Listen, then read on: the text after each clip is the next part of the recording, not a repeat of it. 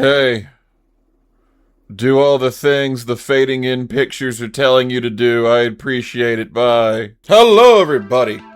It is I, Zeke Fowler of Zeke Rambles, and today we're going to ramble about Ultraman Teo, EP.5. Almost said Kamen Rider, but I stopped myself. Didn't even get to the "cuh" noise. But anyway, slight spoilers for this episode. Not that there's anything kind of big or like weird happening in it that like I feel couldn't be discussed broadly. It's just that this episode requires spoilers to speak about it.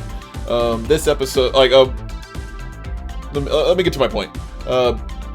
Usually, a TV show uses its first 5 episodes to tell you what it's about and what you're expecting. Episode 5 is an episode about empathy.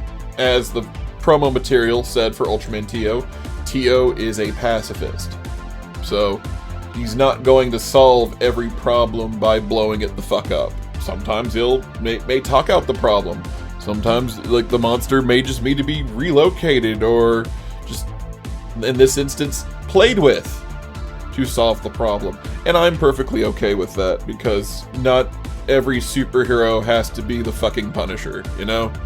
Most people want them to be just the fucking Punisher, but, you know, there's nothing wrong with just a good guy who's good because being good is just the right thing to do, you know?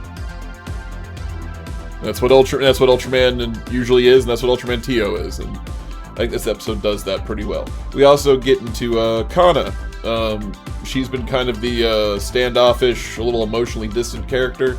In this episode, we see her break down emotionally over a special trinket, and I really like the actor's portrayal. She's portraying a character realistically who's does not like showing their emotions, and so like it is shameful for her to cry and ask for help, even though that's what she needs, and it's rightfully what she does. Thank God that she just talks it out instead of just making the problem worse. But it was very difficult for her to do that, and was just a very solid actor portrayal, and I want to get that out there.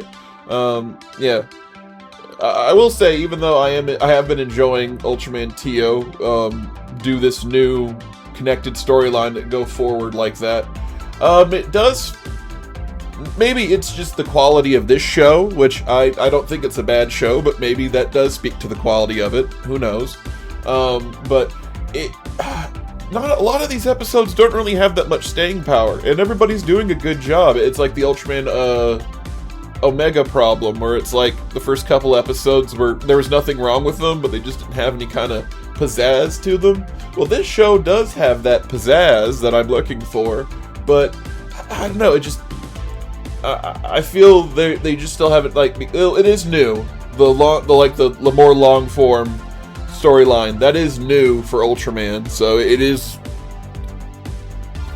maybe a little bit of Nexus. Like it is new, and so they're still trying to find their bearings and like what's entertaining and what keeps the story going. But I liked what I got. I still felt it was a little meandery, and I am still excited for next episode.